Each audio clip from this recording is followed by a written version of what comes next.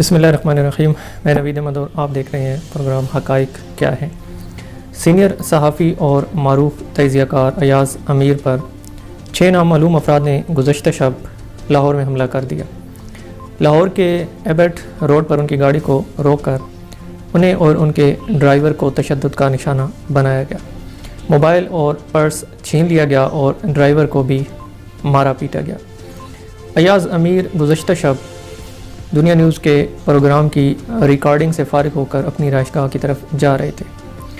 تازہ ترین اپڈیٹ کے مطابق میڈیکل رپورٹ میں تشدد ثابت ہو چکا ہے اور 6 نامعلوم افراد کے خلاف مقدمہ بھی درج کر لیا گیا ہے.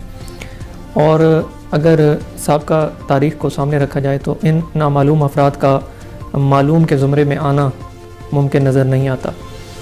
تمام نامور صحافیوں اور صحافتی تنظیموں نے اس واقعے کی شدید الفاظ میں مذمت کی ہے اور اسے آزادی اظہار رائے پر ایک حملہ قرار دیا ہے.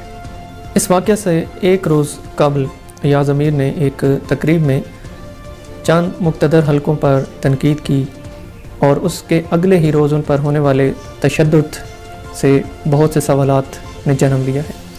کسی بھی معاشرے کی فلاح و بہبود کے لیے صحافت اور صحافی کا کردار کلیدی نوعیت کا ہوتا ہے اور صحافیوں پر اس طرح کے حملے انتہائی نقصان دہ ہیں. نظام کے لیے یہ کوئی اچھی روایت نہیں ہے اور یاد رکھیے جب دلیل ختم ہو جائے تو وہاں سے تشدد کا آغاز ہوتا ہے.